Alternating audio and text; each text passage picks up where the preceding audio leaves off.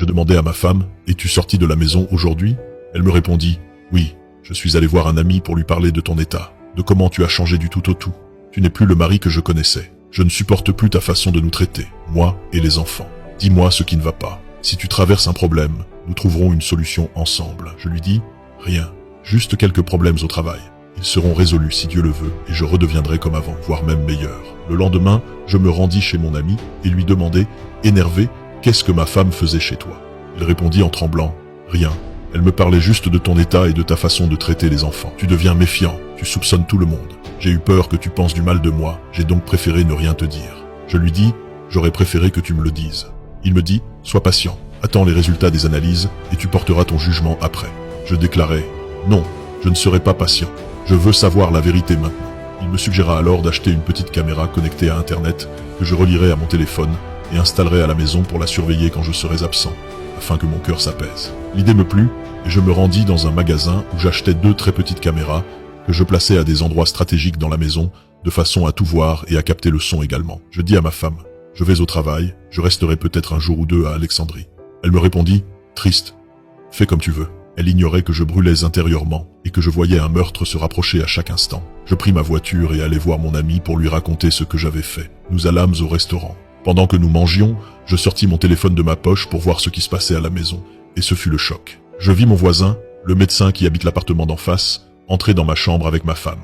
Je bondis de ma place et me précipitai vers ma voiture. Mon ami me dit « Attends, emmène-moi avec toi. » Je criai « Non, tu n'as rien à voir avec cette histoire. » Je partis en voiture et mon ami me suivit dans la sienne. Lorsque j'entrai précipitamment dans la maison, je brandis mon arme pour tuer la traîtresse et son amant. J'entrai dans ma chambre et une violente altercation éclata entre nous 3, la colère remplissant mon cœur et mes yeux. Je ne voyais plus rien d'autre que l'envie de tuer. Et je ne sortis de mon hystérie qu'après que mon ami eut arraché l'arme de ma main. Mon voisin le médecin me dit « Votre fils a une forte fièvre et son état est très critique. Si j'avais su que mon entrée chez vous causerait tous ces problèmes, je ne serais jamais venu. Mais c'est mon devoir. » Mon ami lui dit, « Continuez l'examen, docteur. Comment va l'enfant ?» Le médecin examina mon fils, mais il était déjà trop tard. L'enfant avait succombé à une température extrêmement élevée. Tout le monde m'accusa d'être responsable de sa mort. Je fus saisi d'un sentiment d'engourdissement. Cet enfant était celui de mes enfants que je préférais, mais aujourd'hui, je ne ressentais plus cet amour. Aucune larme ne coula de mes yeux pour lui. Cela m'était égal qu'il soit vivant ou mort. Après avoir enterré l'enfant avec la famille et les amis, et avoir reçu les condoléances, mon ami m'emmena au laboratoire, nous récupérâmes le résultat. Le médecin du laboratoire nous annonça que le résultat correspondait à 100% et que les enfants étaient bien les miens. Je poussai un cri déchirant et des larmes inondèrent mon visage, tandis que je cherchais désespérément mon fils que j'avais perdu. Je m'écriai, « C'est moi qui ai tué mon fils. » Mon ami m'emmena voir un médecin spécialiste de la fertilité masculine.